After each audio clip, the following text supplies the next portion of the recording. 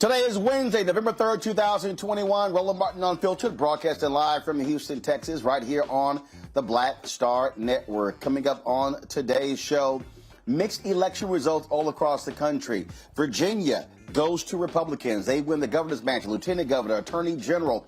They also now control the House of Delegates. What did Democrats do wrong? Is this a reflection of the candidate, Terry McAuliffe, at the top of the ticket, or the standing up President Joe Biden across the country? We're going to break this down with some of the top minds, including Stephanie James of the Collective PAC, and also Jamarion Robinson of Black Men Vote, that project. Now, folks, also, there was good news. Black mayors elected in Cleveland, in also a race in Buffalo where the sister who won the Democratic primary, the brother challenged her. He beat her decisively there. We'll break down that. Also, a black mayor in Pittsburgh. And so you did have some good results. Black district attorneys also elected in different parts of the country. We'll break it all down for you. Also, a jury has now been picked in the trial of the three white men accused of killing Ahmaud Arbery. We'll tell you the latest of that. And speaking of also Georgia, Kasim Reed, not in the top two of the Atlanta mayoral race. We'll tell you exactly who is. Folks, got a jam-packed show. It is time to bring the funk on Roland Martin Unfiltered on the Black Star Network. Let's go. He's got it. Whatever the biz, he's on it. Whatever it is, he's got the scoop, the fact, the find. And when it breaks, he's right on time and it's rolling. Best believe he's knowing. Putting it down from sports to news to politics. With entertainment just for kicks, he's rolling. It's on go, roll, y'all. It's rolling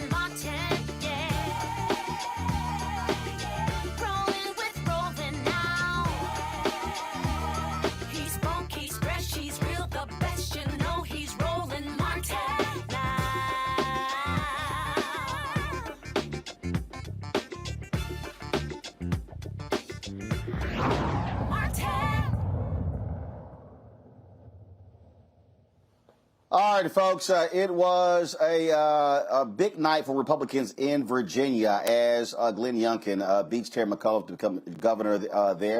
Also, Winsome Sears becomes lieutenant governor, African-American woman there as well. Also, a Cuban-American wins the attorney general's race. In New Jersey, you had the incumbent governor squeaks by Republican there. Polls showed he was going to win by 8 points, but he barely wins in that race as well. And so a lot of different things happened last night. The question is, what did Democrats do right? What did they do wrong? What about black voters? Were they engaged? What took place on election night? Is it as bad as many people are suggesting, that somehow Democrats are adrift? They're lost. They have no strategy. They have no focus. What role did critical race theory play in ginning up and angering white voters across the country to see them turn out in various races? We're going to break this thing down. Let's get right to it with our panel.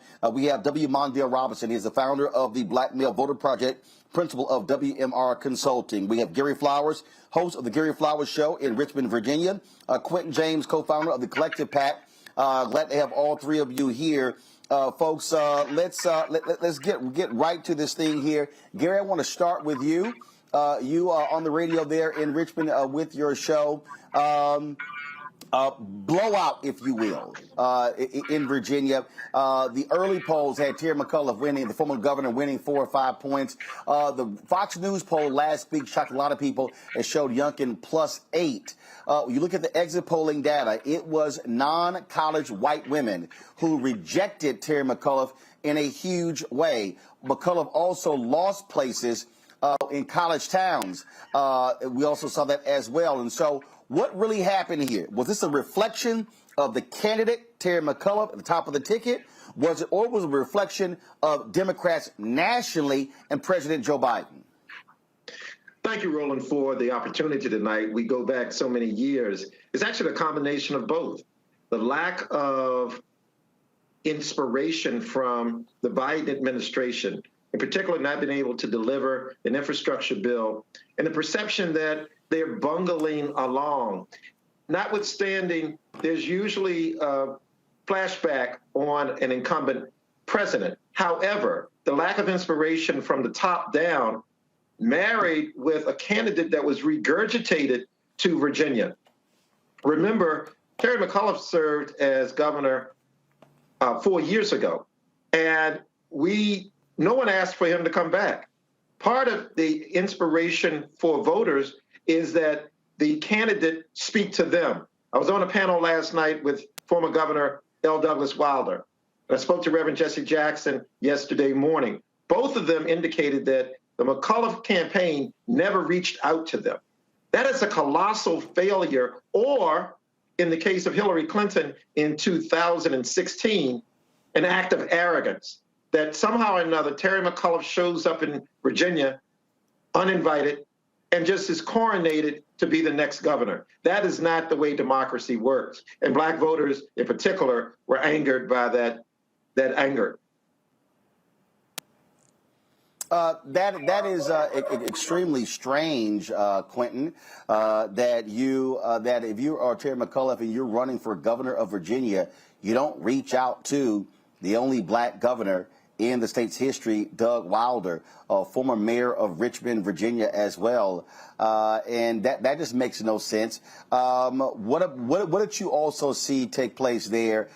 Did you see outreach to black voters? One of the things that jumped out is that in 2020, when Joe Biden and Kamala Harris won Virginia, 67% of the electorate in Virginia was white. Last night, 74%. I keep telling folks, Democrats will never win when the electorate is 70+% white.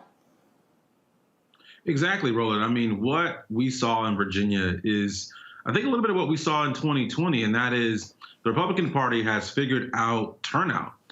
They are turning out their base in every election moving forward. That was our strength as a party, right? A big tent party. We were turning out record numbers of voters during the Obama years. That kind of, lead and advantage is now evaporated. We don't have that anymore. And so that's a real problem we have to figure out. I think we also saw in Virginia that, white suburban voters they tilted, to Republican and to supporting Youngkin for so many, reasons. I don't know why. The Democratic Party overall is, putting these unicorn voters, and that's kind of what I call them, that they're going to magically support Democrats, and they've never supported the Democratic Party, the kind of majority of white voters, and so it's a baffling challenge that we continue to see. But I will say this though, I think black voters, to our knowledge at this point, we're still waiting on more information. They did show up, right? They did their part, but I think your other question, the engagement, was not there. The ability to kind of maximize black turnout is kind of lacking there for what we saw in Virginia. So if we have a opportunity or chance in 2022, we got to double down, put more money, spend more time, engage black people earlier to really maximize black turnout, because the support was there. I think it was 89% of black voters supported Terry McAuliffe. It's just the numbers overall, to your point around the electoral share. We have to make sure black voters have a bigger share. That takes more money, more time, more resources. This is real clear, Mondale. I don't want to hear anybody even attempt to put this thing on black voters. I don't want to hear nothing about black men. I don't want to hear nothing about black women. This was white folks. This is on white folks. And Democrats need to deal with their white folks problem.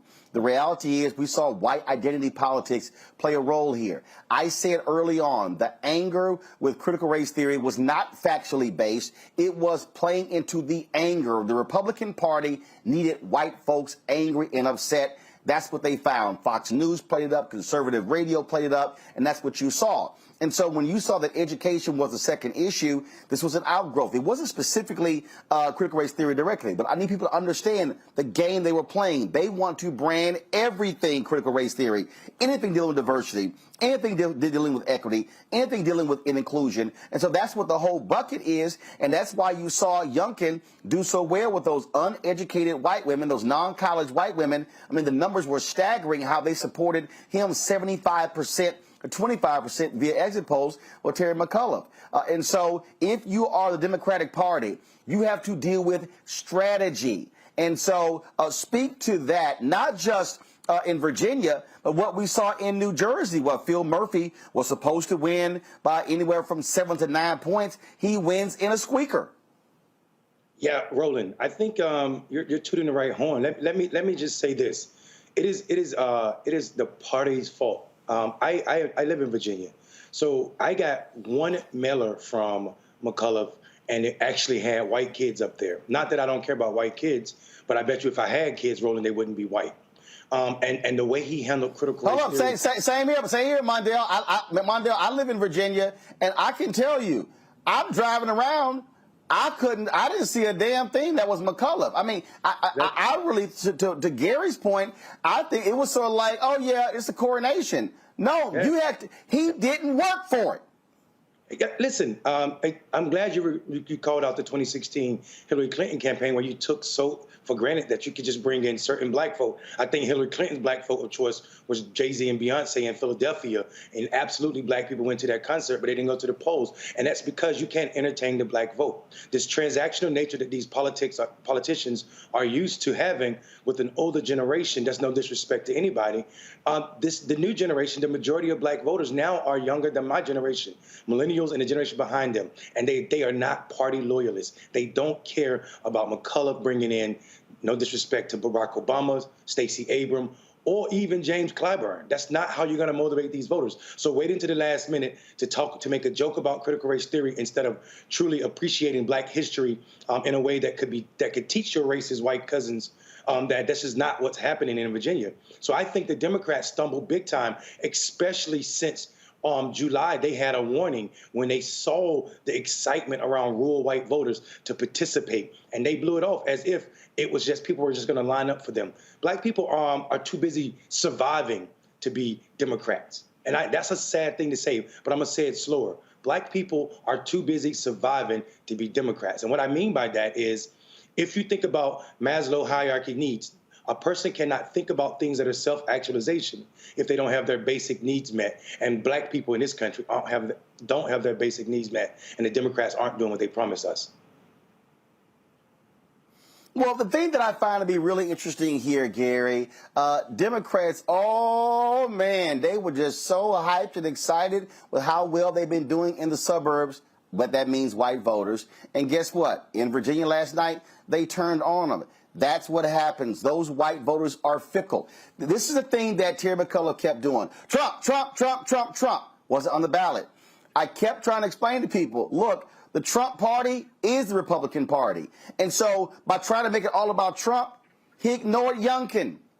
He ignored him. And so Youngkin was able to come in and wear his vest and present himself as this nice congenial choice. And this is the deal. White folks rejected Donald Trump because they thought he was crazy. A less crazy Republican, we saw it last night, can win those voters. If you're Democrats, pay attention because you might see a repeat in 2022 and 2024, Gary. Absolutely. Roland, you know, a guitar has 5 strings. McAuliffe played one string, and that was that Youngkin was tied to Trump, which is not a bad thing for rural Virginia. But secondly, the Democratic Party in Virginia has structural flaws. The top-down presentation of McAuliffe as though voters would just accept him because he was presented is a flawed strategy. And then there is a 402, let's call it, year animal in the room, and that was former Lieutenant Governor Justin Fairfax. The Democratic Party in Virginia colluded to smear the name and reputation of Justin Fairfax, a very competent and capable lieutenant governor who was set to be governor. And so they run 2 other black women who have no chance of winning. And then you have 3 black people in the primary against McAuliffe, and he wins. And so the Democratic Party in Virginia has to answer questions about structure. Nationally, I am not convinced that a 2-party winner-take-all system is democratic. The Democratic Party nationally wants to date black people but doesn't want to marry them. I think the progressives on the left side of the Democratic Party should split.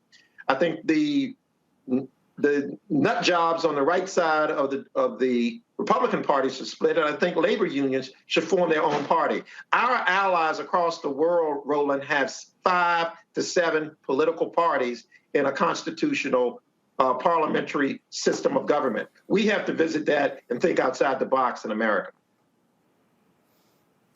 To be frankly, I don't think that happens. And the bottom line here, Quentin, this is real simple. Those hard right folks, they care about power. I think that's what you see here. Democrats were awful with messaging when you look at the fact that they were not touting what happened with the economy.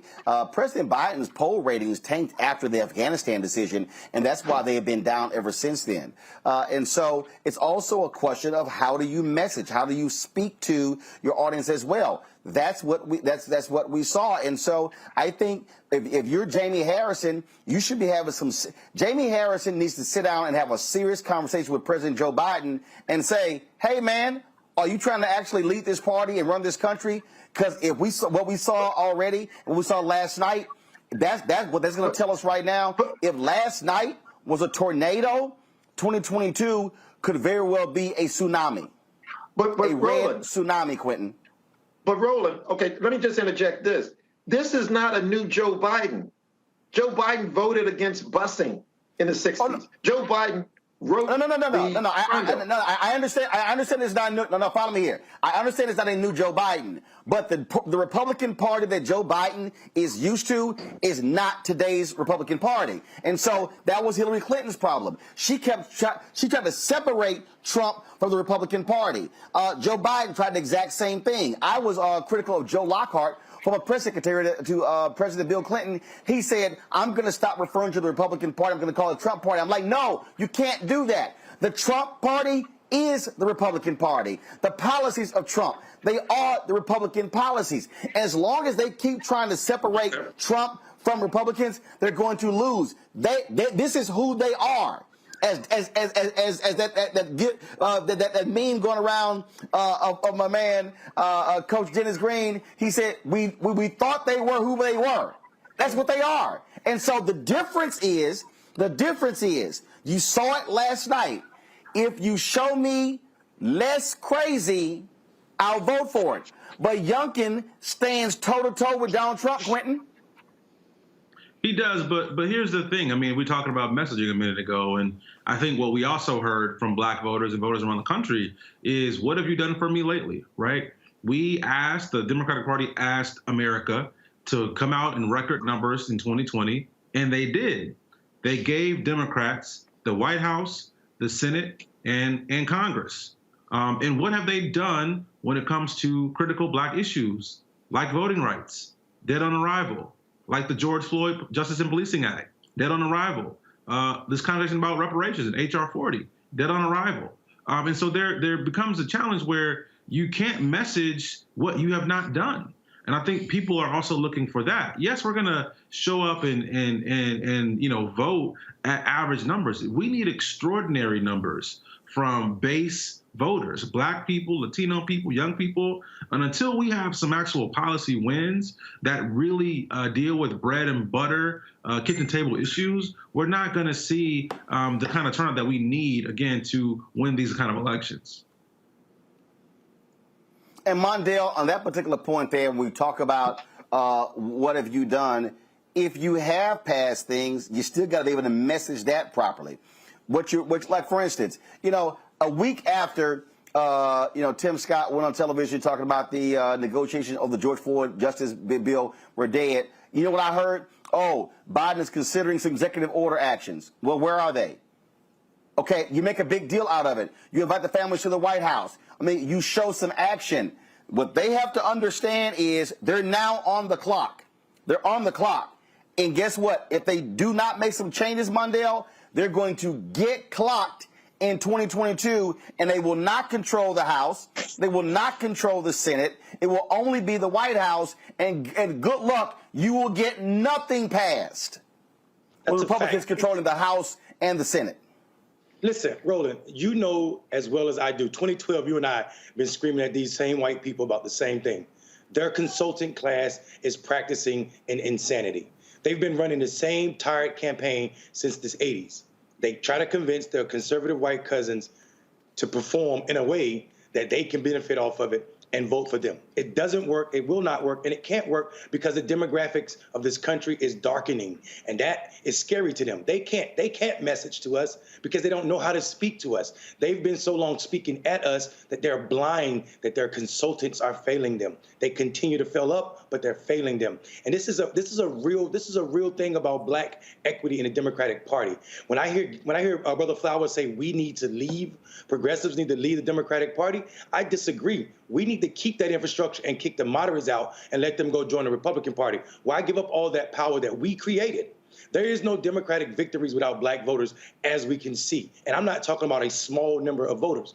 We vote for Democrats in ways that no one else does. So that, therefore, that is our party. So and us ceding that land to some other people makes no sense. I'm telling you, McAuliffe was a flawed candidate, and we knew it in the summer when he was forcing Democrats, black elected officials in Richmond and all over the state, that if they endorsed one of the black candidates in the primary, that he was going to use he was going to weaponize the Democratic Party structure against them. So people were pulling back their endorsements for black candidates, and nobody said anything about that. Nobody. So the fact that we know that this, and we also got to deal with the fact that they cursed Fairfax out of politics, basically, but you had a man in blackface running for attorney general. And black people see this. Black people see this all over the country. I don't think this is a signal. I don't think this race should be a sign of what is to come in 2022. But I will tell you this: if they don't pass something on that Build Back Better, they better prepare for something worse than this in 2022. Well, but actually, I'll push back on that, and here's why. And the three of you can jump in here in this because I'm gonna deal with white folks. I have been saying since 2009, that we are dealing in the age of white minority resistance. And what I've been trying to explain to people on this is that when you look at this white minority resistance, when you look at the racial buttons being pushed, You see all these stories like, oh, I saw this Wall Street Journal article. You can't call people racist. First of all, I ain't never met no white person who will say, yes, I'm a racist. But you cannot deny the reality how race intersects when it comes to politics. All of this stuff with critical race theory, we know exactly what this is all about. When you talk about, the shift of these independent voters, the reality is white voters who are independent, they don't give a damn about racism coming from one of these white candidates. Their whole deal is, what am I going to get? That's what you're dealing with. You can't ignore the Confederate statue issue in Virginia and the role that played. White anger was being stoked. White anger over coronavirus. White anger when it comes to mask mandates and vaccine mandates. All of those different things. It was that anger machine that was fueling the fire. What we're looking at, though, right now is, again, Democrats. This whole idea, oh, what can we do to figure out these white folks? No, you're not going to win unless you have a multi-racial coalition, which means, to Quentin's point, you have got to not maximize black turnout. You've got to over-index. You've got to do the same thing with Latinos. But you also have got to go to those young white folks and message to them. If I'm the Democratic Party, and then the Poor People's Campaign, they are nonpartisan, but you better figure out how to talk to poor people. You got to be able to go to them and say, this is what we have done. Ted McAuliffe didn't do that. He didn't do it. Phil Murphy has not delivered when it came to contracts for African Americans. I've been working with the New Jersey Black Justice Coalition, and guess what? They're like, Phil, you going to talk to us now? You saw what happened? And so this is one of those moments. This is a moment where also black political operatives and others should be standing up to the DNC, the DCCC, the Democratic Government Association, and sitting here saying, all right, y'all going to keep giving them money to all these white consultants? You're going to keep doing that game?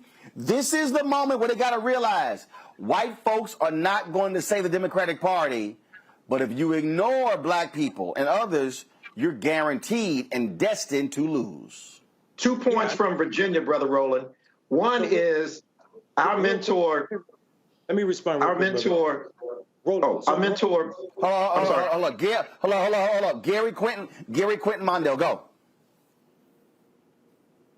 One thing I want to make 2 points from Virginia. Yes, it was quite anger that was stoked. Dr. Ronald Walters, one of our mentors, Brother Roland, wrote a book, White Nationalism and Black Interests. Where there is a perceived or real benefit to black people in American history, there is a backlash, or let's call it a blacklash. And so that stoked anger. The removal of the Confederate statues in Richmond stoked anger.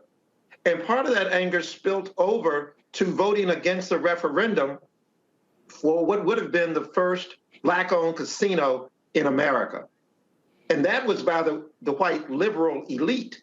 And so Virginia raised its head again as not only the capital of the Confederacy, but the continuation of that plantation mentality in politics.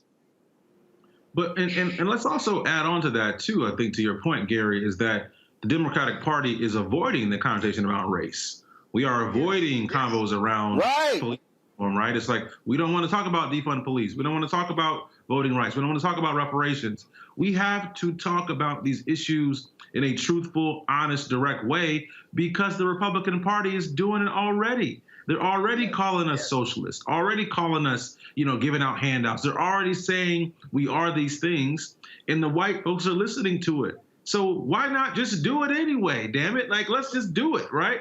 Dig down and really commit to these issues, because I think we will reap the benefits of exciting young people, Latino folks, black folks, even women, right? Just go for the goalpost, because right now, I think this capitulation that we're doing is going to cost us elections continually. May I add a friendly amendment? A friendly amendment. It wasn't just the Republicans calling us socialists. Joe Biden said he defeated the socialists in Congress. Yeah. Okay, so Joe Biden from the Democratic Party is referring to Democrats as socialists. Yeah, so Well, first of all, look what happened. Look what happened in. But first of all, look what happened in Buffalo, Mondale, where you had the sister who calls herself a socialist. She beats Byron Brown in the Democratic primary. He then runs as a write-in candidate and crushes her with the write-in votes, putting together a coalition of Democrats, but also Republicans and Republican money to actually defeat her. But you also have Bibb elected in Cleveland. You have the brother elected in Pittsburgh. You have other races as well that are going on. And so, see again, the mistake as far as I'm concerned is when all of these white mainstream media people, when they somehow look at last night and go, oh my God, look at what happened in Virginia, and they start going on and all the different other reasons. The reality is this here. You had a weak candidate. Look, y'all, let me just everybody understand. I got Terry McCullough's phone number. I texted him 3 weeks ago. His campaign never reached out to even come on our show. I live in Virginia. Not one time did his campaign say, hey, let's have Roland Martin bring the show and moderate a town hall. It didn't happen. The reality is this here. You have to actually work for it. We have examples of candidates who won yesterday who worked for it. So if you were Tim Ryan in Ohio, guess what? You can't just talk to black preachers. You got to go to the ground. That's what Cliff Albright has been saying, Latasha Brown has been saying, Tamika Mallory has been saying, Walter, Mondale, I'm sorry, you got to go to the ground, but which means you're going to have to tell your white political consultants, we ain't putting all the money in TV, mainstream TV. We're going to put it in black-owned media outlets, Latino outlets, and we're going to put it in boots on the ground. That's how you achieve turnout. Or you just give that money to black consultants and let them do it. But you're absolutely right, Roland. I will add, though. No. Hold up. It's some black consultants who are very much like white consultants. That's right. That ain't no cap. We ain't all talking about skin folk ain't kinfolk. Listen, this is my metric for white people. If the black people you love came to you from other white folk and ain't no black folk around them, they probably ain't speaking for our community. They speaking for your community. So that's just that. I pride myself on not having any ties. The origins of my organization did not come from the party. And that is not a knock on anybody else's organization. It is to say, though, I spent my money to talk to black people in a way that I know we want to be talked to. And this idea that we're not progressive, that we are, I'm arguing that black people are the most progressive people in this country, and also that progressives didn't lose last night. Milquetoast, white, boring Democrats lost, and their ideas. And where progressive ideas did lose, it was because of our white allies selling us out, i.e., the police reform bill in Minneapolis not passing. That's because white vote was up so high, and we know that city is 76% white.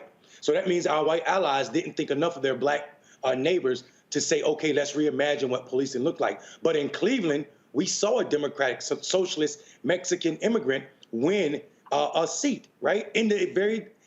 I'm sorry, not in Cleveland, in Minneapolis, in the same district George Floyd was killed in, a Democratic socialist, Jason Chavez, who is the son of Mexican immigrants, won a seat. So progressives win when we're loud and progressive. What does not work is there's no motivation of voters when you're using milquetoast candidates who think, black people just need to be whipped up by James Clyburn. That ain't how you campaign. That's trash. That's tacky. It's transactional, and actually, it should be called the proverbial church fan or fried chicken, because it's a whole lot of work that has to be undone. First of all, people think black voters, black men specifically, are apolitical or apathetic voters, when in actuality, we have a level of antipathy, which is a different emotion. That's hate for politics, and it's grounded in history. 150 years of history where we were the first guinea pigs of voter suppression, and it's not yet stopped. So people forget, when you're talking about police reform, law and order, it didn't start with Richard Nixon. Yeah, he made it big. But law and order for us as a voter suppression tactic happened when they freed us enslaved. Look at North Carolina, my home state, which had 3 or 4 jails before or during slavery with no police officers. After slavery, immediately after slavery, they shot up to 100 prisons. That is the beginning of voter suppression for black people, and it's not yet stopped. So when people are talking to us, white consultants in the Democratic Party, talking to us about how to talk to my community, it's ridiculous, and it's also nothing I'm willing to entertain at all. Hold on one second. I got to pay some bills. We come back. I do want to talk about some of these other critical races that we saw last night. Mayoral races, DA races that also are just as important as to what happened in Virginia. Folks, you're watching Roland Martin Unfiltered as we break down last night election results all across the country right here on the Black Star Network. Back in a moment.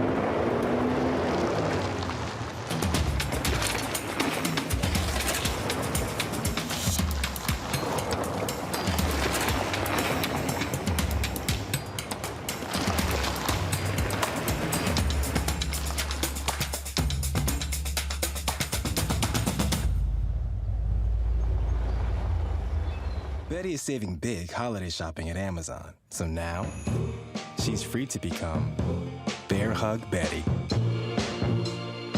Settle in, kids. You'll be there a while. Ooh, where you going?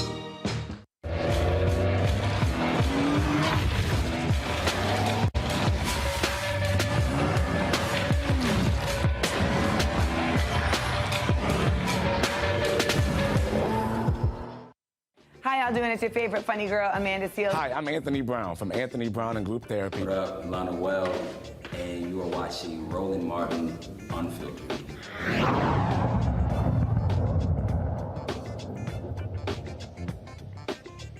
All right, folks, welcome back to Roland Martin Unfiltered. We are here on the Black Star Network, live from Houston. I'm looking over some other results that took place last night that is important for us to recognize, because this thing goes way beyond just those races. Again, India Walton lost her bid to become mayor of Buffalo to Byron Brown. You saw that take place. We talked about that. Also, if you look at some of these other elections, you had the first African American mayor of Pittsburgh who won last night, Ed Gainey. He won. Also, in Durham, North Carolina, Elaine O'Neill won, becoming the first black woman to serve in that role as mayor as well. Of course, Eric Adams becomes the second black mayor of New York. He, of course, won last night as well. Justin Bibb wins in Cleveland. He becomes the second youngest mayor in the country as well. You also have an African-American who was elected district attorney, Alvin Bragg, Manhattan's first black district attorney as well. And so last night, Quentin, you saw what happens when you run candidates, to Mondale's point, who are exciting, who have a message, who people want to rally around. And so that's also a part of this equation. You can't ignore, you got to put the right folks up who can connect with the voters and who can talk about policy and their vision for the city, the county, the state, and the country. Exactly. You know, the Collective PAC, we were ecstatic. We had 78 black candidates on the ballot last night. Over 50% of them have won their races. We spent over $350,000 in direct contributions to those candidates. And so we're very excited about what we saw. And I think the point is correct. The point that you and Mondale are talking about is we are seeing, you know, Justin Bibb, I'm here in Cleveland, first-time candidate, right? Beat the entire establishment, raised over $1 million for his race. You know, but I think also beyond the candidates, we saw some important issues get voted on last night. We passed the major police reform bill here in Cleveland. There was a reparations bill that passed in Maryland last night as well. And so I think across the country, this wasn't a issue of moderates and progressives so much as it was, to your point, are you going to do the work? Are you going to put candidates out there who are going to grind, talk to voters, and bring forth issues to the people and let them decide? That's what we really saw last night. And I think while Virginia and New Jersey are somewhat of, the kind of hotbed talking points of the day, there are a lot of lessons I think we can take from some of these mayoral campaigns, right? I mean, Pittsburgh, Pennsylvania, their first black mayor in their history. That's historic. And so black folks did that. Black voters did that. Black candidates did that. Black donors did that. And so there was a lot of, excitement to go around last night. But in fact, but here's the thing that Gary, that also why national media doesn't want to deal with this here. In Austin, Texas last night, this was backed by Texas Governor Greg Abbott. Voters there rejected a ballot initiative to give more funding to police, 68% to 31%. In Ohio, voters approved an independent body to investigate police misconduct. It passed 59-41. And yes, the ballot measure in Minneapolis failed to create a Department of Public Safety, but it got 43.8% of the vote. Hello, we're talking, and also Arizona, they passed $15 an hour as well. So guess what? For all of this talk about how progressives lost last night, no, they actually won, except when you ran the white, boring, moderate candidates. Exactly, Roland. We know across the country that the nation is more progressive than not. And yet most of the legislatures across the country are right-wing conservative. And so voting rights and gerrymandering play a major role in the perception that Republicans and the conservative element are running this country. Most people think like those of us on this panel, that we want good government to provide good services to people. And that is the basic math, is that we outnumber our adversaries, but we don't reflect that in legislatures.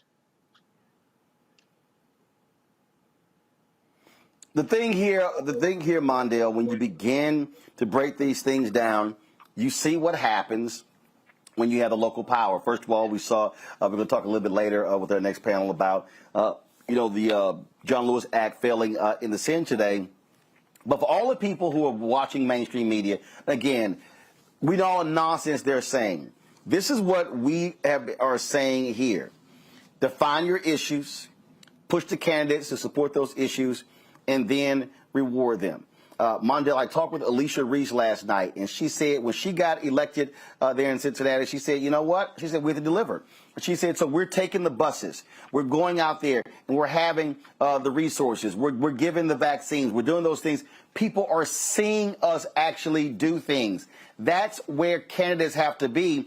All is not lost. Democrats, again, this should be a wake-up call for Jamie Harrison, Democratic Party. If I'm Jamie Harrison, I'm firing the entire media team, because I swear they have no idea how to put together successful viral ads. And so go hire everybody from the Lincoln Project, but do something, because you don't know how to do it. But you have to create the resonance. You can't just keep sitting here putting out white papers and thinking people are going to read those. You have to explain to people what's going on. This Build Back Better deal, they should be fanning out across the country, being very specific of what's in it, the things in it that actually impact everyday people. You don't let the Washington media drive the narrative by only hearing 1.75 trillion, when that comes out to less money per year than what we're spending on defense. Exactly. I think that's absolutely right, Roland. I think the media team definitely needs to go, but not only that. There needs to be some hard looking at the auxiliaries of the Democratic Party and how they spend their resources. It is these institutions that really pick and choose who will be the party's candidate. And people say the Democratic Party, the National Party, does not play in the primary. We all know that's not true.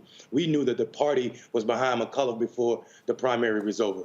We knew that. They came to Virginia, and because Virginia is the Wild West of funding when it comes to campaigning. So there's coordination between C4 organizations, the party, and all other people that want to play, we saw a coordinating way, the Turnout Project, whatever the name of the new organization they created this year just for this McAuliffe thing, and it didn't work. And part of the reason it didn't work is because the strategies and the strategists are wrong. They're wrong for the time. It was wonderful while it lasted, but you can't call black people, you can't TV ad us to death, and you're gonna need to figure out how you extend black people if you are to win and be and not lose more gubernatorial elections come next year, and also lose control of the House and the Senate. Here's what's necessary though, and nobody's talking about this. There's a form of voter suppression that nobody is really talking about, and it is the number one form of voter suppression, and that's poverty. That's poverty. Poor people can't think about voting when their stomachs are rumbling, when their kids' stomachs are rumbling. And until we address how hungry people are, proverbially and also literally in this country, we will have a large segment of the population that will always be so-called sporadic or low information voters, and that is the fault of the problem. Like you said, not one, articulating what's in the Build Back Better, and two, not passing it because of Joe Manchin and Sinema and, well, hell, the Jim Crow era relic, the filibuster. Well, you already saw the reaction where Democrats in the House are they going to put paid family leave back into the bill. It was a dumb idea. Listen to Joe Manchin to take it out. Gary Flowers, Quentin James, Mondo Robinson, gentlemen, I certainly appreciate it. Thank you so very much. Thank you, Roland. Thank you. Appreciate you, Roland. Folks, go to the Black Star Network to watch. We earlier today live streamed the Black Women's Roundtable, their breakdown and analysis of last night's election. And so if you want to see that, go to the app. It's a great conversation. We streamed it on the platform for you to check it out. All right, folks, got to go to a break. We come back. We're going to talk more politics. What happens going forward? What should we as African Americans not only be asking for, demanding, but how are we mobilizing and organizing our people to vote in our interest? We'll talk about a jury selection in the Ahmaud Arbery case as well. Lots more to talk about right here. Roland Martin Unfiltered, broadcasting live from my native city, Houston, Texas, right here on the Black Star Network. Back in a moment. Oh, that spin class was brutal. Well, you can try using the Buick's massaging seat. Ooh, yeah, that's nice. Can I use Apple CarPlay to put some music on? Sure, it's wireless. Pick something we all like. Okay, hold on. What's your Buick's Wi-Fi password? Buick Envision 2021. Oh, you should pick something stronger. That's really predictable. That's a really tight spot. Don't worry, I used to hate parallel parking. Me too. Hey. Really outdid yourself. Yes, we did. The all-new Buick Envision, an SUV built around you. All of you. Once upon a time, there lived a princess with really long hair who was waiting for a prince to come save her. But really, who has time for that? Let's go. Feeling myself. I'm feeling myself. She ordered herself a ladder with Prime one-day delivery, and she was out of there. I want some hood girls looking back at it, and a good girl in my tax bracket. Now, her hairdressing empire is killing it. And the prince, well, who cares? Prime changes everything. But I'm back at it, and I'm feeling myself.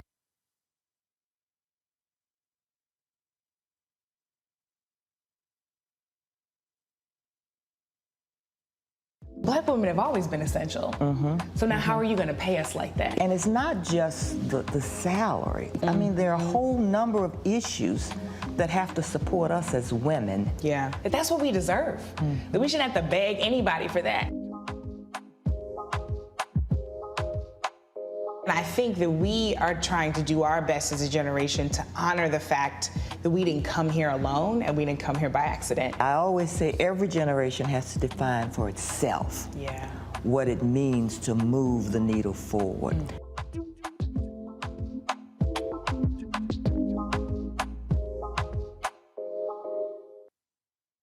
Time to be smart.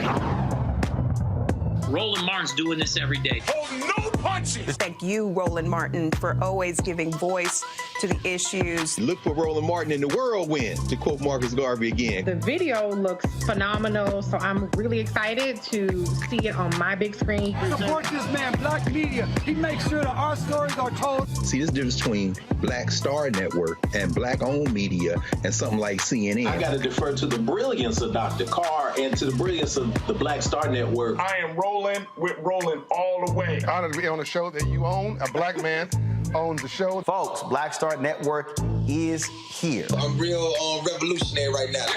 Roland was amazing on there. Stay black. I love y'all. I can't commend you enough about this platform that you've created for us to be able to share who we are, what we're doing in the world, and the impact that we're having. Let's be smart. Bring your eyeballs home. You can't be Black-owned media and be scared. You dig?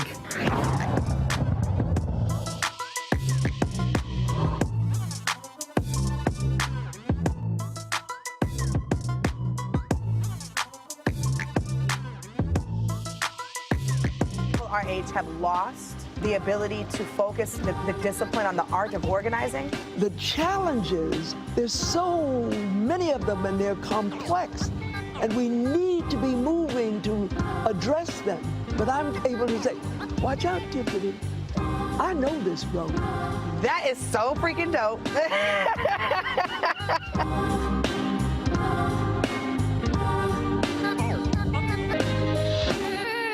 Hey, I'm Deion Cole from Blackish. Hey everybody, this is your man Fred Hammond, and you're watching Roland Martin, my man, Unfiltered.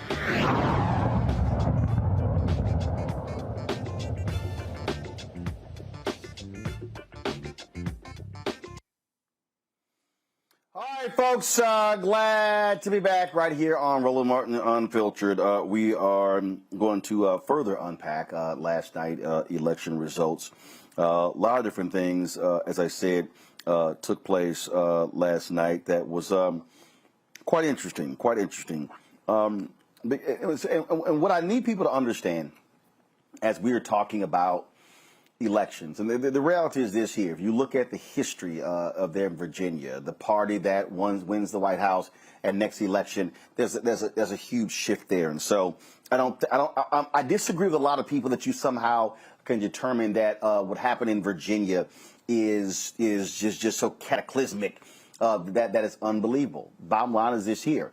You saw a huge shift because that's what happens in these elections. What you have to be looking at, though, is what's the turnout, not the percentage. What are the numbers? And so when we talk about African Americans, where do we stand when it comes to in terms of being able to drive turnout in our community? You're seeing what do we fund? And be real clear here, if the focus is solely locked on for a party to fund those efforts, then you're going to have failure. The reason Georgia flipped, it was because folks in Georgia organized, mobilized, raised the money, and changed the game. Amendment 4 with Desmond Meade and Sheena Meade in Florida because of what they did. That's why on-the-ground activism is just as important, even more important, I think, than party activism. My panel right now is A. Scott Bolden, former head of the National Bar Association Political Action Committee, also John Jackson, chair of the DeKalb County Georgia Democratic Party, and Brianna Cartwright, a political analyst as well. Glad to have all of you here. What jumps out right now, as far as I'm concerned, on this election last night, it goes to show you when you have enthusiasm on one side and you don't have enthusiasm of the other. The candidate drives that. The message drives that. All of those things drive that. And so from an African-American standpoint, Scott, I'll start with you. Our focus has to be on what are we driving, demanding, looking for between now and the midterm elections next year, and who are the candidates that we want to see win, and how are we going to fund them to get them over the top? Well, I think you're absolutely right. But all of those factors, the narrative, the excitement, it's easy to grow excitement and fervor when you are against something. It's harder than when you're for something. The Democrats have a year to fix what happened in Virginia, but I tend to think every race is different. One of the reasons that black folks and Democrats didn't come out in higher numbers is because the White House and the Senate Dems simply haven't been able to get the job done.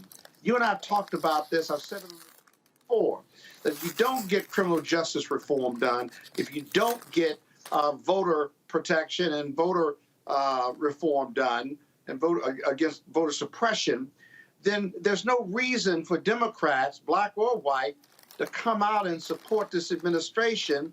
And I know it's only been 9 or 10 months, but I've been saying it and others have been saying it.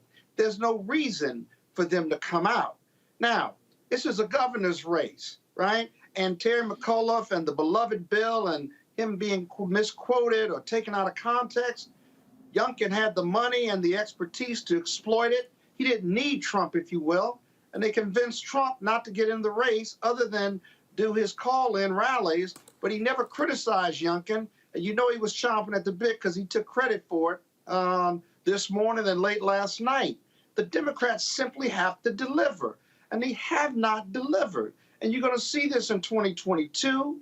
You're going to see it in 2024, whether it's education or the economy. It all goes to COVID. Biden can't be blamed for COVID, the second or third surge, if you will, but he's the president. And so you got to give them a reason to vote for you. And we've realized, lastly, that linking Youngkin to Trump, with Trump not on the ballot and Trump not in the White House, will only take you so far. Now you got the ghost of Trump, but Youngkin didn't look like Trump and he wasn't hugging Trump. And so now you've got to deal with a moderate Republican candidate and perhaps other candidates who court Trump voters, but court independents and suburbanites and the intellectuals and the college educated who say people like Youngkin, who shoots basketball and wears khakis, but hold Republican views and hold Trump views, they're just not as disgusting and obnoxious as Donald Trump. That's what we're going to be up against in 2022 and 2024. So Roland, can I? Bottom line, though, the bottom line here, the reason I want to go to Georgia on this is because, again, the difference here, what you saw black people mobilize and organize on the ground. That was the difference there. John, yes, you have a party structure there, but it was the people who were then dictating what the parties do, not the other way around. I still fundamentally believe that if Senator Warnock is going to get reelected in Georgia, it is going to take that level of mobilization on the ground. I said it earlier that too many of these campaigns are driven by the consultants, put all the money on television, bombard people with TV ads, and I'm sorry, that ain't going to always do it. You've got to have boots on the ground. You got to be activating people. I said this last year, John, the Democratic Party should be focused in holding town halls and meetings with people in advance of 2022, not waiting for July or August. And no, really going in and talking to people and saying this is what we're doing, what we want to do, and showing them if you don't do that, you're guaranteed to lose. Yeah, Roland, I 100% agree with you. Sometimes it's the party, sometimes it's not. We at DeKalb County Democrats, we were in communities all year long, not just when there was an election nearby. It's how we got several hundred volunteers. It's how we raised close to $500,000 and then ended up hiring 90 plus staff, and we were just a county party, and that we were a big reason why Georgia flipped. And whether it's a county party or another organization like the guest you had on earlier, Mondale, for like Black Male Voter Project, you just have to do the work year round. You can't leave the black vote as an afterthought. You have to be engaging the black community all year long. But there are systemic issues, national systemic issues, and that could hurt us. And if the Biden administration cannot move the ball, if we can't get past the gridlock in the Senate, It's going to be a tough job in Georgia. We can do our best, but the energy it'll be hard to generate the energy if the Biden administration doesn't start moving the ball. Brianna? Yeah, so I agree with that. As John knows, I'm very much a proponent of just hard work and grassroots organizing. And so I think that it's very problematic, and you've stated it so much, Roland, that people think that advertising and these mailers are going to win campaigns. And I want to emphasize that it's not just white consultants. It's old campaign managers. There's people who haven't progressed and realized what they need to do for the community. And, they're making a lot of money by just selling the inexperienced people their mailers. And so, they tell candidates, raise money, avoid the tough questions, buy TV ads a few weeks before Election Day, and hope for the best. And, some of the stuff, we have to do, it says without going, but that's not how true campaigns should be running. Candidates should be meeting the voters, engaging the issues that matter, and, actually talk about the issues, right? Bolden talked about it a little bit about, how there, and I know we, Roland, on a different segment talked about, the messaging behind McAuliffe. So yeah, talk about what you're for and not just what you're against. So affordable housing, education, jobs, healthcare. I do disagree with Bolden in the sense of, he said that he said that Trump got detached, but the centerpiece of Glenkin's campaign was a promise that he would ban critical race theory, right? He had the last 2 days of him on the trail. He brought people who proclaimed the desire to kill Black Lives Matter activists. And so, there was a lot of far right, right-wing talk, and, they did the racial resentment. Yeah. And so that was actually part of the huge part of his message, which worked. And he won. Yeah. He won a state where no Republican has won in a decade, talking about how he hates Black people, right? Yeah, so, but here's... Go ahead. Here's the deal, if I may. He ran a race that in the western part of Virginia, which is a lot of red areas, he ran on those messages, right? You didn't see that in his campaigns, and you didn't see him with Trump. In Northern Virginia, he softened that message because he knew Trump wasn't coming to Virginia and he wasn't going to be embracing Trump. But here's another issue, Roland, and I don't know whether you've talked about it yet or not. 13% of Black voters in Virginia voted for Youngkin. I bet you the majority of them were Black men. The Democratic Party still hasn't addressed that issue. 13% voted for Trump in 2020. And it's because the Democratic Party is not talking to Black men.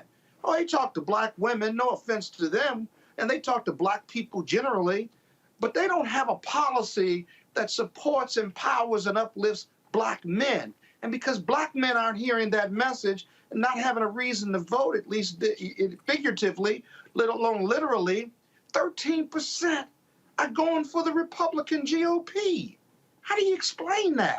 That just makes no sense. I want to push back on that a little. But the Republicans are talking to them. We're not talking to them. John, go ahead. Roland, John, go ahead. I'm gonna push back on that one a little bit.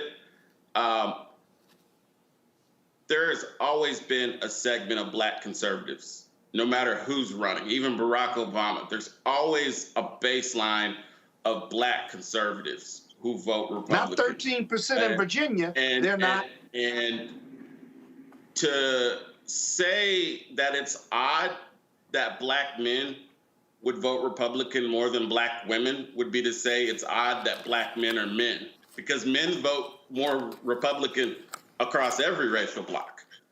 And so, of course, if, for instance, if Black women are voting 8% Republican, Black men are going to be at 12%. We in Georgia won with Trump getting a higher percentage of the black vote, black conservatives are going to exist, and they can exist. I'm a Democratic Party leader saying, if you're a right-wing black person, you should be a Republican. You should be a Republican. Point out, Yeah, I'm but not you're against presuming black Republicans existing, and there's a lot of black people with conservative views, and I just don't think the Democratic Party should be catering to conservatives of any race. But you're presuming in my statement that these are black conservatives voting for Youngkin and Trump. And in regard to Youngkin, that's not my proposition. My supposition, my proposition is that these are independents, maybe conservative Democrats, because Virginia doesn't have 13% of black conservative voting population. Those are those independent, suburbanites, educated, right, who are tired of the Democrats or the Democrats haven't delivered. And those independents, Youngkin won more independents than McAuliffe did, and he pulled in those blue states, those blue areas in Virginia, he pulled more votes than Biden got a year ago.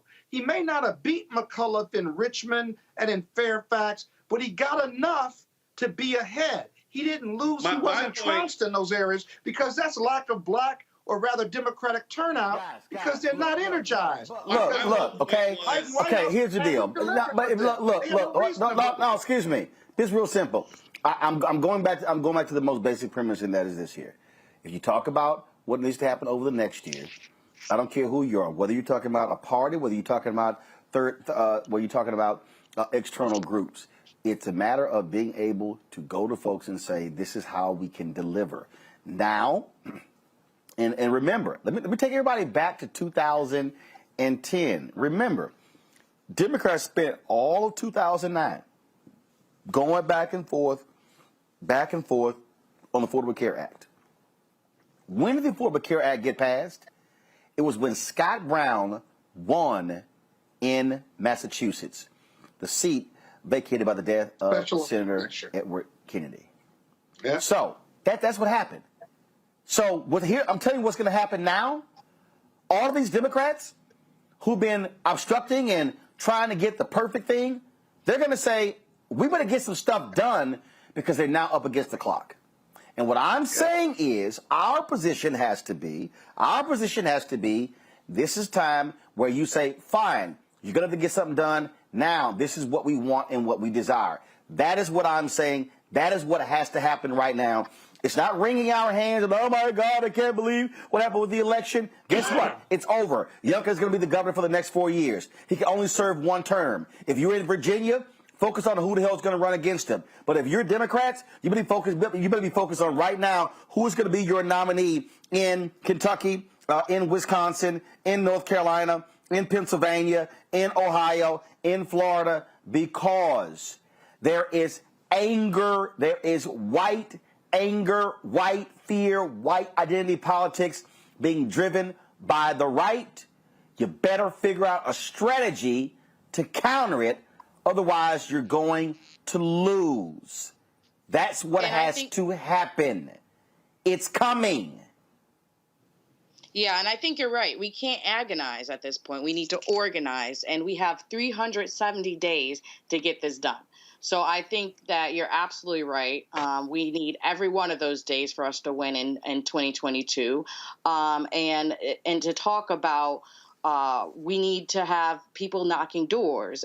We stated this, like people within the community organizing, having those meets and greets, building, Mondale said, they're tired of the phone calls, but, some of the reminders that happens from the text message, et cetera, but having those conversations now, like tomorrow, like it's very important because we don't have time.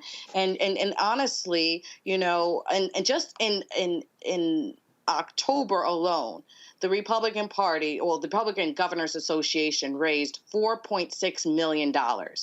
And so we are not going to be able to probably outraise them. But what we can do is outwork them. And so we need to make sure that we have our boots on the ground, that we have our troops. And and get the message out. We can argue, and I know Bolden and John is going back and forth on that, but like we can argue about the messaging, but when we don't have the boots on the ground, when we're not doing the work, then we really can't argue about the messaging because not enough work is happening. And that's the problem a lot of these races. You can see, I know we're talking about the nail in the coffin. Real quick, hold up, real quick. Literally, I got 30 seconds left for this segment. I got to get John in, so real quick, because I got to go to a break. Sure. I mean, I think that between now and then, it's got to be a barnstorm, and we have to be relentless in moving the ball forward in D.C., get some stuff passed, and really just not stop. And we have to get the Democratic Party has to stop sweeping the black agenda under the rug. It's angering a lot of black people right now. The Biden administration is talking about sending out checks to migrants, but won't entertain the conversation of No. That is incorrect. That is incorrect. That is what's been In fact, that was addressed today at a White House news conference. Let me this is the stuff that what we as black people cannot do, and that is with misinformation. They're not talking about handing out checks to migrants. What they're talking about, we've got to correct black people when they're wrong. The ACLU has sued the federal government for the treatment of the individuals on the border, the separation of families. And so what is being talked about is not even been decided is, do you settle a lawsuit? So they're not handing out checks. That's what they're doing. And so Fox News, they're running with this here. I've had to counter black people on this one as well, who say, oh my goodness, the legals, they're getting reparations. No, it's a legal settlement. And like I tell the other different people out here, lawsuits happening every single day. The federal government gets sued every single day. Not all cases go to trial. And so that's what's going on here. The Department of Justice is actually back and forth. That story that was put out that said the Biden administration, they're about to sit here and hand these checks out. He addressed it today. He said that's a nonsensical story.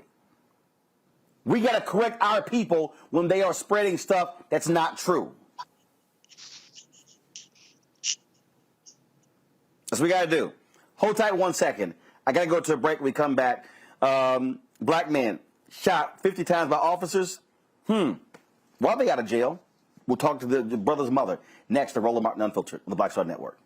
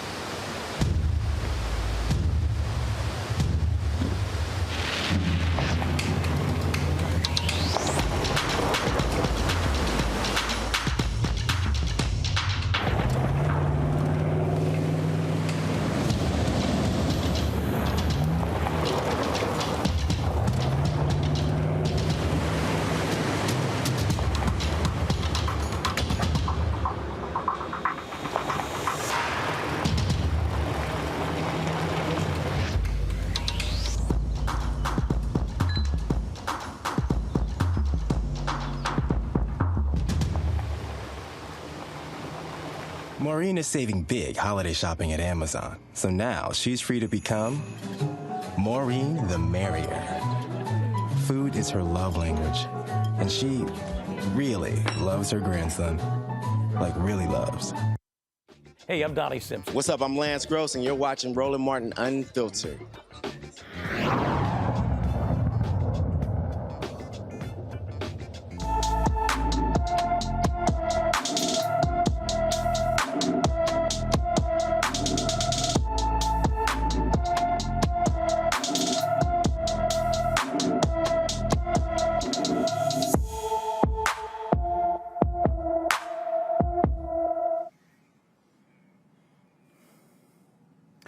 24-year-old Jamarion Robinson has been missing for over a month. She was last seen in Washington, D.C. on Thursday, September 30th.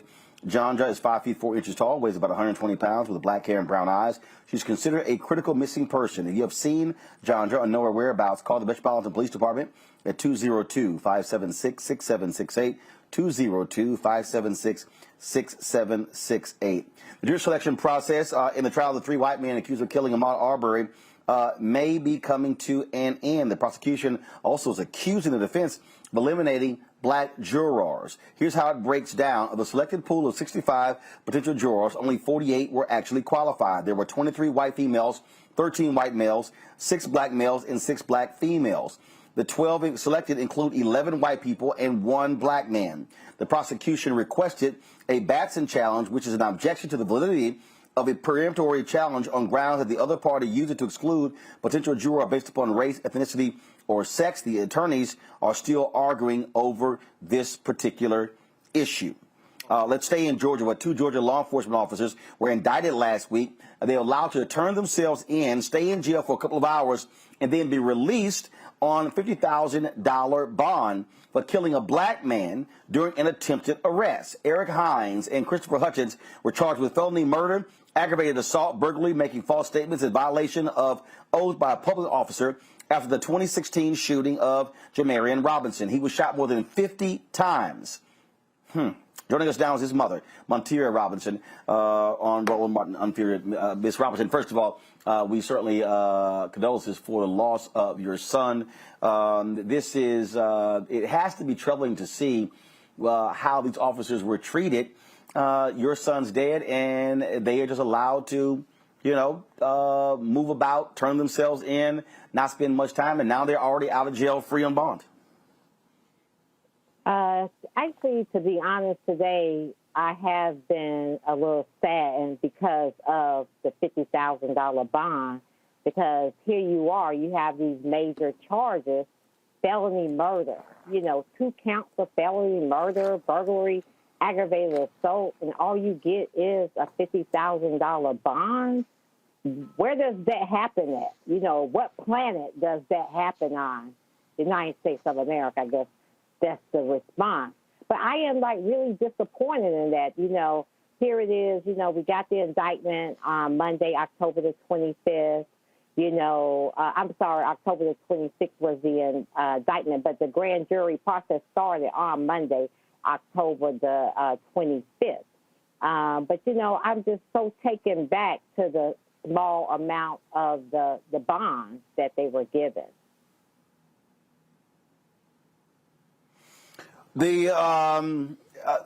First of all, we still have in this country, frankly, how police officers are given a lot more leeway than others, and unfortunately, I think that's what we're still seeing right in this case here.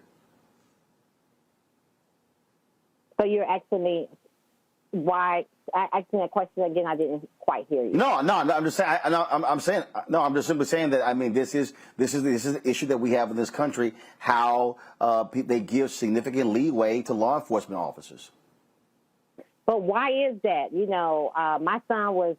Think about who was it? Michael Vick, that was sentenced to 4 years in jail for killing dogs. They treated my son worse than a dog. They treated my son as though he wasn't a human being. My son was somebody. My son was a life. So imagine, I've been fighting this beast for the last 5 years. So just imagine if, I would have just sat down, been quiet, and have not been aggressively or proactively seeking to get, actually seeking accountability for what happened to my son. Imagine if I wouldn't have done anything. This case wouldn't have gone nowhere. In the beginning, when my son was killed August 5th, 2016, I was like, okay, I knew they were going to come with their false narrative. So what I immediately did, my family and I, we brought in our own team of people, such as our own investigator, our own forensic expert, who was Dr. Michael Biden. And so that's why I've been aggressively beating the pavement, pursuing, staying on the DA about prosecuting these officers. And if I wasn't being resilient or kept the fire going, do I think this would have fizzled out? Yes, it would have, because no one cared. You know, I'm just so happy and I'm thankful and grateful that our new district attorney, Fonnie Willis, did have the courage to move forward and prosecute these officers. Well, you have certainly been very much involved, very active in this, and so we appreciate the work that you have done. Keep it up. We're going to keep following this case as well, and hopefully you will get some justice in the death of your son. Thank you so much, Roland Martin. I look forward to seeing you again soon, and thank you all for allowing me to come on here and just kind of give you guys an update. So I'll keep you guys updated on what's next. All right, we appreciate it. Thank you so very much. All right, folks. See you guys. Thank you. Got to go to a break. We'll be back on Roland Martin. Yep. Thank you very much. We'll be back on Roland Martin Unfiltered on the Black Star Network.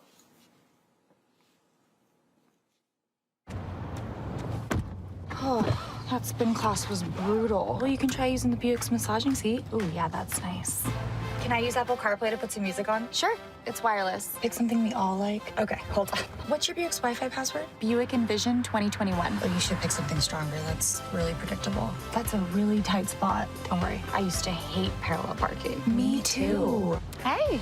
Really outdid yourself. Yes, we did. The all-new Buick Envision, an SUV built around you. All of you. Once upon a time, there lived a princess with really long hair who was waiting for a prince to come save her. But really, who has time for that? Let's go. Feeling myself. I'm feeling She ordered herself a ladder with Prime one-day delivery, and she was out of there. I want some hood girls looking back at it and a good girl in my tax bracket. Now, her hairdressing empire is killing it. And the prince, well, who cares? Prime changes everything. It's time to be smart. When we control our institutions, we win.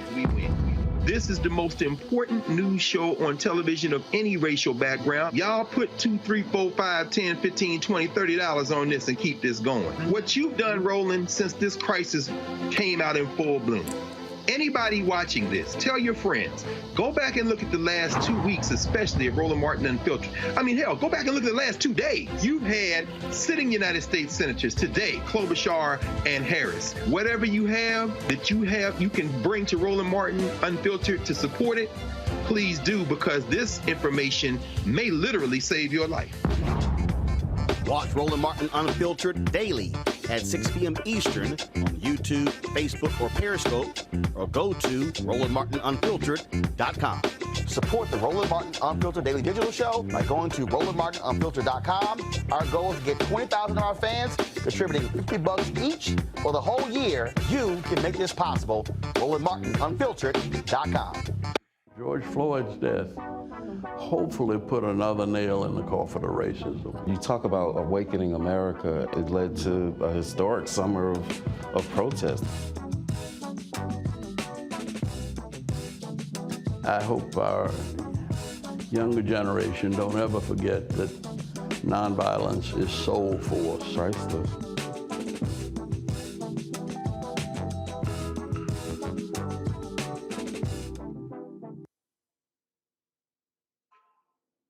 Time to be smart. Roland Martin's doing this every day. Oh, no punches! Thank you, Roland Martin, for always giving voice to the issues. Look for Roland Martin in the whirlwind, to quote Marcus Garvey again. The video looks phenomenal, so I'm really excited to see it on my big screen. Support this man, Black Media. He makes sure that our stories are told. See, there's a difference between Black Star Network and Black-owned media and something like CNN. I got to defer to the brilliance of Dr. Carr and to the brilliance of the Black Star Network. I am Roland with Roland all the way. Honored to be on a show that you own. A black man owns the show. Folks, Black Star Network is here. I'm real revolutionary right now. Roland was amazing on there. Stay black. I love y'all. I can't commend you enough about this platform that you've created for us to be able to share who we are, what we're doing in the world, and the impact that we're having. Let's be smart. Bring your eyeballs home. You can't be Black-owned media and be scared. You dig?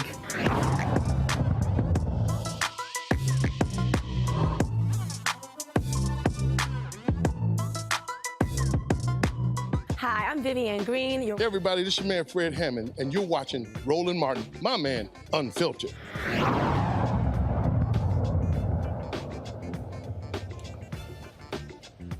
Well, another failed effort at passing a voter bill in the United States Senate. It failed again today. Senator Chuck Schumer brought it to the floor. Republicans are still not going to go for it.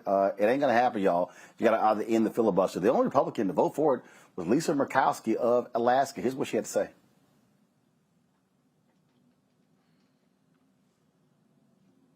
From Alaska. Madam President, I've come to the floor this afternoon to speak also about the John R. Lewis Voting Rights Advancement Act. This is S4. Listening to my friend from Virginia here describe some of the history that he and his family have lived through. Again, these are an important part of the discussions and the debate when we talk about one of the very cornerstones of our identity as an extraordinary nation, one of these principles of democracy and freedom, and those are fair and open elections. The Majority Leader filed cloture on the motion to proceed on Monday evening, and despite some very real reservations that I have, and it's fair to talk about those reservations, I will be among those who vote to begin debate on this measure when we have this vote in a few minutes here. And I will do so because I strongly support and I believe that Congress should enact a bipartisan reauthorization of the Voting Rights Act. We have done that. Congress has done that 5 times since 1965, typically by an overwhelming margin here in the Senate. It's been about 15 years now since our last amendment to the Voting Rights Act, and I think it's fair to say that 15 years passage, it's probably timely and necessary to look at updates. And in order to do that, I think, Madam President, that what we have to do is we've got to step back from the partisanship. We've got to step back from the politicization that is driving this conversation. I think we should be able to agree to meaningful improvements that will help ensure that all our elections are free, they're fair, and they're accessible to all Americans. Now, those who follow. All right, then, of course, while that was taking place, Black Voters Matter, they were actually protesting in Washington, D.C. as well, continuing the pressure. The group of black women are going to be protesting tomorrow. We'll be live streaming that from 2 to 3 p.m. as well. And so you're seeing the continuation of the effort to try to get a voting bill. Bottom line is, look, what we're seeing, John, over and over and over again, we're seeing look, at the end of the day, unless Democrats are willing to break the filibuster, there's not going to be a For the People Act, a John Lewis Act. It's not going to happen. All those people who would walk up to John and praise him and love on him when he was alive, they don't give a damn the bill is named after him. They don't give a damn that he actually wrote the bill. The Republicans are not going to vote for it. So the only way this bill gets passed is if Democrats break the filibuster.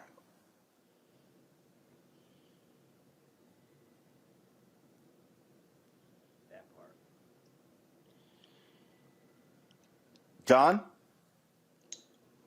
Hello? Yes, go ahead. Yeah. You're talking to me? My bad. So, I think I think that there's this perception that the Biden administration is not bringing their A game to this. There's this perception that President Biden is not pushing hard enough to get his own agenda passed. And, the reality is, I don't know if that's true or not, but I understand why it's seen that way. I believe that Him and the Senate Majority Leader Schumer, they both, there's this perception that they're soft and that they're not pushing hard enough for the agenda to be passed, and they're not playing hardball enough. I don't know. I'm not behind that wall, but I know something different needs to be done, because if it's not, well, there goes democracy.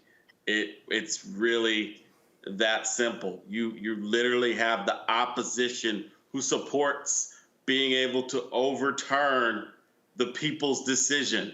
They're going along with the former President Trump's fascism. And it doesn't seem like there's a sense of urgency from the White House. Scott? Yeah, Roland, we've talked about this a lot. If I can tell you Biden's not doing enough, I can tell you that Harris isn't doing enough, because their own political survival and political survival of the Democratic Party is an issue. The problem with people that don't look like us in office are that they don't believe that. Time and time again, Black people have shown that they're the core of the Democratic Party, that they are the base of the Democratic Party. The majority of white Americans hasn't voted for a Democratic president since Lyndon Baines Johnson. And so you have white Democrats who just continue to believe that if they attract more white Democratic voters, that they're going to be okay. And yet and still, when you look at Barack Obama, when you look at Bill Clinton, it was the Black base of Democratic voters that gave them the White House, including the Biden White House. These are realities, and yet it's simply not enough. And so it is not smart. It is dumb for Biden and Harris not to do everything humanly possible to press and stress and get rid of the Klobuchar, Sinema, and Manchin. If they're going to go to the Republican Party, I got to tell you, what difference does it make? Because they're not helping us get our agenda done. And here's the thing. We're not going to win the White House back in 2024 or get the Senate or the House for the Democratic majority if you don't pass this Voting Rights Act. You're not going to get back to the House and Senate Democratic majority if you don't pass criminal justice reform. This is what they were elected to do. More than half of America said, this is what we want you to do. And they have not done it. And I don't care why they haven't done it. We have to be very results-oriented about it. You've convinced me, Roland, that protesting in the streets is a big part of this thing. Got it, okay? We're doing our part there. Not enough white Democrats aren't, though, because they don't believe they need the Black vote to get reelected in 2022 or even 2024. And so we're stuck in this political vortex, and neither side wants to move, but Black people are moving. We're mobilizing. We're protesting. We're doing everything we can. And for some reason, this White House doesn't want to do or negotiate or play hardball or whatever the levers of government or the White House are politically in order to defeat the filibuster and get this done. Because that's the only way it's going to get done.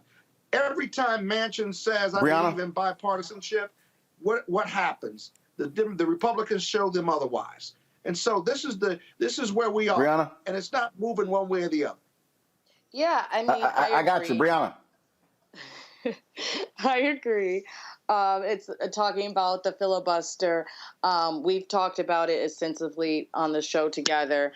And just to break down what it really is the fact that it was started over. We're not going to be able to pass this voting rights, as you said, Roland, without ending the filibuster. And so, like, the issue is, the reason the filibuster was created in the first place was to hold the slave states, right? And, it was enforced when they were trying to say it was okay to hang Black Americans on the trees. So, it took a while, 2018, to get lynching to be illegal, right? On books. And so, this is a thing that they've been utilizing forever at this point in order to keep us from our safety and our protections. And so, I mean, it's a shame that we have the majority of the Senate and in the House, and we are not utilizing it. The people have spoke, and Mitch McConnell is still blocking what the people said they wanted. And so, we need to fight hard. To end the 60 vote threshold, get rid of the filibuster, because it definitely was for race reasons. They thought that, okay, the excuse, right? Of course, they didn't say, oh, it's to keep black people away. But, it was to shorten the process, because before you're supposed to have the bill brought, we learned this, conjunction, what's your function? The bill is brought to the floor, the Senate debate the bill, the senator ended the bill, and then senators vote on the bill. And they thought, okay, well, this is too many rules. Let's cut it. And, which one they cut clearly was the debate. And, things can go on forever and forever. And they've been utilizing that to seize more power for white America. Well, we'll see again what happens next. All right, folks, got to go to a break. We come back. Tech Talk right here on Roland Martin Unfiltered on the Black Star Network.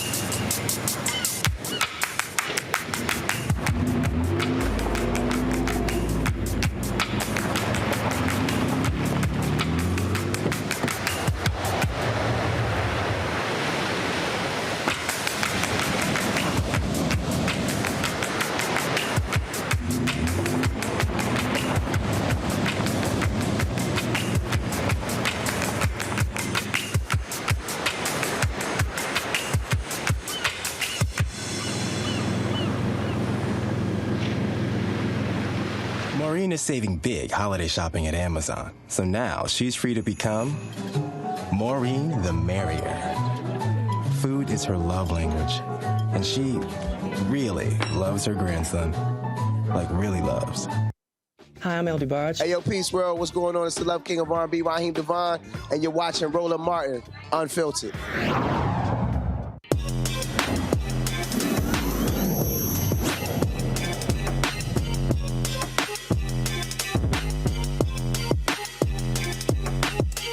All right, folks, we've talked a lot on this show about financial literacy and how important that is. Well, we also say you should start young. Well, my next guest created an app to do so. Mike Gross is out of Philadelphia. He's the founder of Kiddie Kredit, and also the head of education for them as well. Mike, how you doing?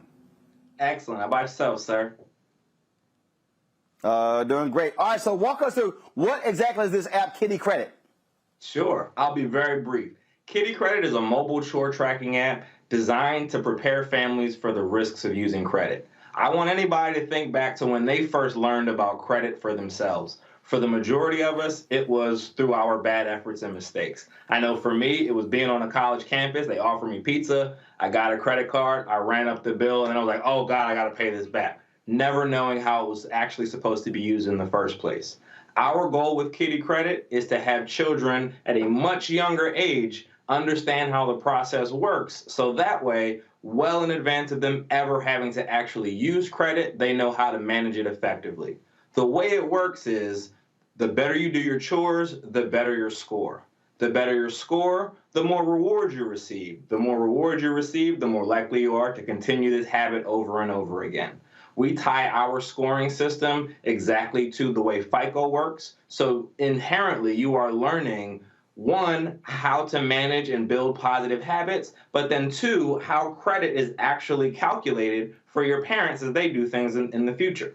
For anyone who wants to use the app, it is available now. It is in both Android and Apple app stores. It is free to use and download. And in our next iteration, which will be coming out shortly, there is an entire educational modules that will follow along in addition to that positive habit building of just doing activities on a regular basis, being recognized and rewarded for it. In a nutshell, that's Kiddie Kredit.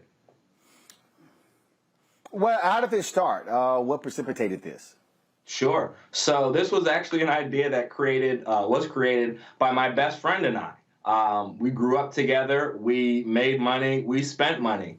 We went off to college. I racked up a whole amount of credit card debt as well as student loan debt. He went off and did the exact same thing. And then sitting back, we thought, why did we do this? How did we not know about this sooner? Wouldn't it be better for the next generation if they were able to understand these things well in advance of ever having to use them? The aha moment really came when we figured out that chores can be exactly the same way as payment. If you think of a missed payment like a missed chore, it's an immediate click. If you think about the longer you've been doing a chore, like the longer you've had an account, it showcases that you have responsibility for a longer amount of time. So there is an immediate and direct tie-in between how credit works and how you are managing your regular activities on a daily basis. So once we got that understanding, then it was really all about figuring out how to make it engaging and enjoyable for both a child and a parent to want to be involved in. Questions from my panel. Brianna, I'll start with you. Yes, thank you so much for this idea. I love it. I don't have any children right now, but I had the debate in my head of whether I would pay my child with money or not, and how they would use that money and so forth. So I like that this is a way to still encourage chores without having to give them your hard-earned money. So I appreciate that. One of my questions is, when it starts, it starts at 0? What does it start with? How many, is there a way to diversify more chores, or how do you know, everyone's approved for it? How do you know, the aspect of sometimes you're not going to be approved for some credit cards, or you might need to work more to pay off this debt? What is it? Is it just the chores and then you see it? Love it. These are all really great questions. I'm going to try and answer all of them. The first thing is the vast majority of families, let's say, less than 40% of families actually pay out an allowance. In my household, like many households that look like me, I allow you to live here. I allow you to have a roof over your head, to have food on the table, all that kind of stuff. That was your allowance. You weren't getting paid for being a contributing member of this family. That's not how this works. With our app, you damn skippy about that. Damn, you got the option. If you are paying out cash to your kids, by all means, more power to you. If you've decided that monetarily is not the way I want to do things, parents decide what the rewards are for the chores that are set in place. It could be anything from later bedtime, more TV time, more screen time, ice cream, hanging out with your friends. There's a whole host of different options that we will provide to you within the app, whether or not you decide you want to pay out actual hard-earned dollars to your children. Another great question. We start at the age of 4. Our age range is from 4 to 12 for Kiddie Kredit. And we start at 4 because, simply enough, that's when they're first learning what money is. At that age, we're not specifically focused on teaching you the fundamentals of a FICO score. That's not really necessary at that stage. But what is important is learning the underlying habits and principles that are a part of this. So 1, responsibility, trustworthiness, honesty, consistency. These are all habits that a small child can understand from a very young age. The earlier you can learn those habits, the earlier we can start applying those to a financial aspect. The older children, they are, let's say, our age ranges go 4 to 7 and then 8 to 12. We have cubs and pandas. Our cubs are really focused on that initial understanding of positive habits. The older children, the 8 to 12-year-olds, they asking you for stuff. They want money, they want toys, they want clothes, they want all kinds of stuff. Once you've gotten to a point where you know how to ask for things, you also need to understand where these things come from. The hard work that a parent had to put in to earn the money to be able to get them is the same thing that you will do with this app. You are going to put in the effort on the front end, and on the back end be rewarded for it. So that's how this process works. You start with the habits. Once you've built that habit, once you've built up some consistency, then you are rewarded for the activity that you've been doing on a regular basis, the same way any adult is in getting a paycheck every 2 weeks. Hey, I got a question, Roland. Scott.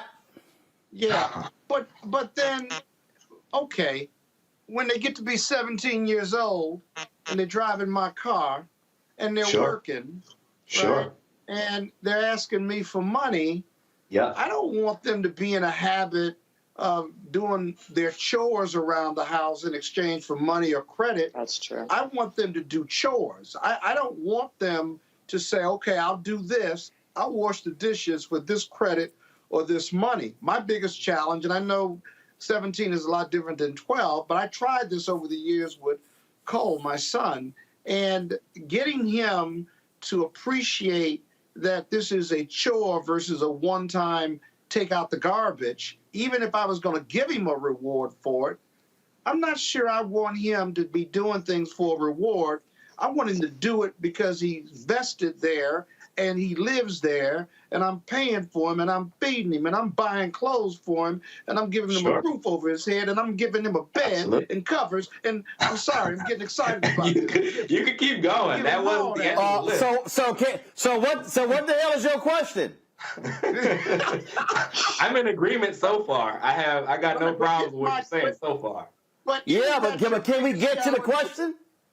But isn't that your biggest challenge with families, getting them to buy in, when many parents, at least black folks, feel like me? Why do I have to give them a credit to do what they're supposed to do? And isn't that your biggest challenge at selling it to a family?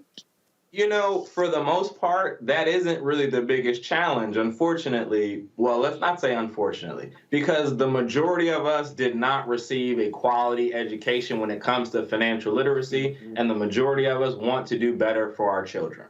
So the means to be able to teach someone else how credit works and how it can be useful in your future, credit can be one of the most important wealth-building tools that we have at our disposal. But we don't really understand how it works. What I don't want you to get caught up in is like a one-for-one transaction. It's not like you got one chore and that chore earns you $1. That's not what it is. You have a series of tasks that need to be completed over the course of, let's say, a week. If you complete all of your tasks effectively, then yes, you are entitled to the reward that has been predetermined for it. But if that reward isn't monetary, then they're not getting it. In the same way, if you go to school every day, you have to do your schoolwork. If you don't complete the task assigned, you are not going to get the A that you're after. So it's not any different from that. I'm not specifically trying to make this a transaction where you now have to say, all right, washing the dishes is worth 50 cents today. Complete that, come get your 50 cents. It's not that transactional. It's on a much larger level. And the way that this works is that a parent is responsible on the front and back end. The parent is the one who is going to determine what the chores and the rewards are. The child is going to then go complete those rewards and then submit to the parent for approval whether or not they actually did those chores or those activities up to the standard to be accepted. If they are, yes, you got it, you can move forward. If not, then you're not going to get that. The whole idea, first and foremost, is building the habit. And we build habits best through positive reinforcement. That positive reinforcement doesn't need to be dollars, but it can just be, shout out to you. Keep going. You're doing what you're supposed to. I'm loving it. We're a happy family. Like, these kinds of things reinforce the habit so that way it doesn't have to, at the end of the day, be monetary. One of the other reasons that we start earlier is because when they're at a younger age, children just want to be involved. They want to do what you're doing. If you are folding clothes, they want to start moving clothes. If you cooking dinner, they want to be involved in that. What often happens is in that 4 to 7 range, you were like, go be a kid. Go do something else. I'm handling this stuff. So by the time they get to 17, they haven't had the experience of being involved in all these activities on a regular basis. And now it's sprung on them like, you want me to do this? And they're like, well, I should get paid for it, right? That's how this works, right? You want me to do something new or something different? As opposed to from a much younger age, we're saying this is just part of the responsibilities of being in this household. There are benefits that come with being a part of this household, but there are also responsibilities that you have to live up to first and foremost. Mike, I got a quick question, Mike. And absolutely, please. Very brilliant person sent me this question to ask. How do they stay engaged in wanting the credit score, in wanting the credit score that they can spend with their actual card, and how much do they start off with before doing chores? So if you think of your credit score as one level, that credit score is going to be directly tied to FICO. But your credit score is not your bank balance. So the way you want to think about this is your credit score is going to determine how many bamboo bucks, is what we call it, our internal currency, is how many bamboo bucks you're going to receive. If our current standard before a parent can go in and change anything, it's $1 per year old per week. So if you have an 8-year-old, they can earn up to $8 per week based off of the chores that they complete and that the parent has said that they have done them effectively. If you have done all of your chores, lived up to all of your responsibilities, then you are entitled to that full $8. If you only did 75% of your chores, then you're only entitled to 75% of the monetary value. But also with the credit score, grown-ups who need Kiddie Kredit. I'm sorry? I said, I know some grown-ups who need Man. We'll call that a vote of confidence. Thank you, sir. The other thing that you want to consider is not only are you providing them the opportunity to make money, it's not only about making money. It's really about learning how to be an effective member of society. And for a child, it's about rewards. Like at the end of the day, I'm trying to get my rewards, whether that's toys, games, money, whatever it is, I'm after that. But for a parent, looking at the long-term view, I'm looking to build habits in you. And if I can build habits in you, then I know I can send you out into the world as an effective member of society who is not just going to go blow it. That's the real goal here. It's twofold. One, for the child to start building those habits. Two, for the parent to reinforce those habits not only in themselves, but also in their child. All right. Michael Gross, we appreciate it, man. Thanks a lot. Good luck with your app, Kiddie Kredit. Much appreciated. Thank you for having me. All right, folks. When we come back, in memoriam for Ronnie Wilson, one of the co-founders of the Gap Band, who has passed away. That's next on Roland Martin Unfiltered on the Black Star Network. Oh, that spin class was brutal. Well, you can try using the Buick's massaging seat. Ooh, yeah, that's nice. Can I use Apple CarPlay to put some music on? Sure, it's wireless. Pick something we all like. Okay, hold on. What's your Buick's Wi-Fi password? Buick Envision 2021. Oh, you should pick something stronger. That's really predictable. That's a really tight spot. Don't worry, I used to hate parallel parking. Me too. Hey. Really outdid yourself. Yes, we did. The all-new Buick Envision, an SUV built around you. All of you. Betty is saving big holiday shopping at Amazon. So now, she's free to become Bear Hug Betty. Settle in, kids. You'll be there a while. Ooh, where you going?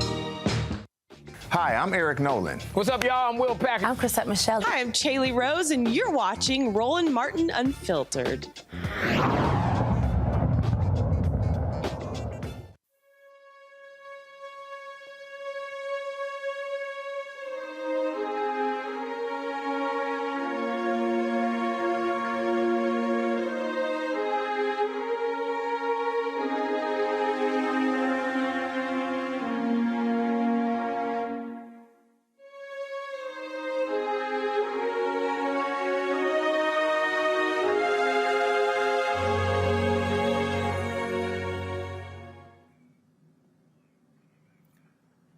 Ronnie Wilson, one of the co-founders of the Gap Band out of Tulsa, Oklahoma, has passed away at the age of 73. His wife wrote this yesterday on her Facebook page. Linda Bulwer Wilson wrote, "The love of my life was called home this morning at 10:01 a.m. Please continue to pray for the Wilson, Bulwer, and Collins family while we mourn his passing. Ronnie Wilson was a genius with creating, producing, and playing the flugelhorn, trumpet, keyboards, and singing music. From childhood to his early 70s, he will be truly missed." Wilson, along with his brothers Charlie and Robert, formed the Gap Band in the late 1960s. They were initially named the Greenwood Archer Pine Street Band after 3 streets in the black area of their hometown of Tulsa, Oklahoma. They later abbreviated it to the GAP Band and finally the Gap Band. Of course, the group gained its popularity by opening for bands such as the Rolling Stones. Best known hits: "You Dropped the Bomb on Me," "Early in the Morning," "Burn Rubber on Me," "Outstanding." Man, we could go on and on, of course. And speaking of outstanding, that's been sampled by more than 150 artists. Numerous folks have been paying tribute to Ronnie. Donnie Simpson wrote, "Sorry to hear that we've lost one of the Gap Band's founding members, Ronnie Wilson. Ronnie and his brothers Charlie and Robert put the funk down for a long time. He died yesterday after suffering a stroke last week. My deepest condolences to the Wilsons and their legion of fans." And so, again, Ronnie Wilson, knew him well. He often performed on the Tom Joyner Morning Show cruise, the Fantastic Voyage cruise with Charlie Wilson, and always got a chance to see Ronnie. Not only that, Ronnie also was an alpha man, so a fellow alpha brother as well. And so certainly condolences go out to his family and my homeboy, Charlie Wilson, as well, his brother. And so thoughts and prayers with him. Shout out to our panel today. John, thank you so very much. Brianna, thanks a lot. Scott, thank you so very much. Also for our political panel. We're going to have more conversation tomorrow. Don't forget, you're going to have the Black Women's Roundtable. They're going to be holding their protest tomorrow from 2 to 3 p.m. Eastern, fighting for voting rights on Capitol Hill. We'll be live streaming that right here on the Black Star Network. Folks, don't forget to also download the app. That's right. We're available on all platforms: Apple phone, Android phone, Apple TV, Android TV, Xbox, Samsung, Amazon Fire TV, all those platforms. So please support us. And in fact, also support us with our Bring the Funk fan club, where every dollar you give goes to support this show and what we do. Cash App is $RM Unfiltered. PayPal is R Martin Unfiltered. Venmo is RM Unfiltered. Zelle is Roland at RolandSMartin.com. Roland at RolandMartinUnfiltered.com. Folks, I'll see you guys tomorrow right here from H-Town. I'm Roland Martin. Y'all have an absolute great one. Ha!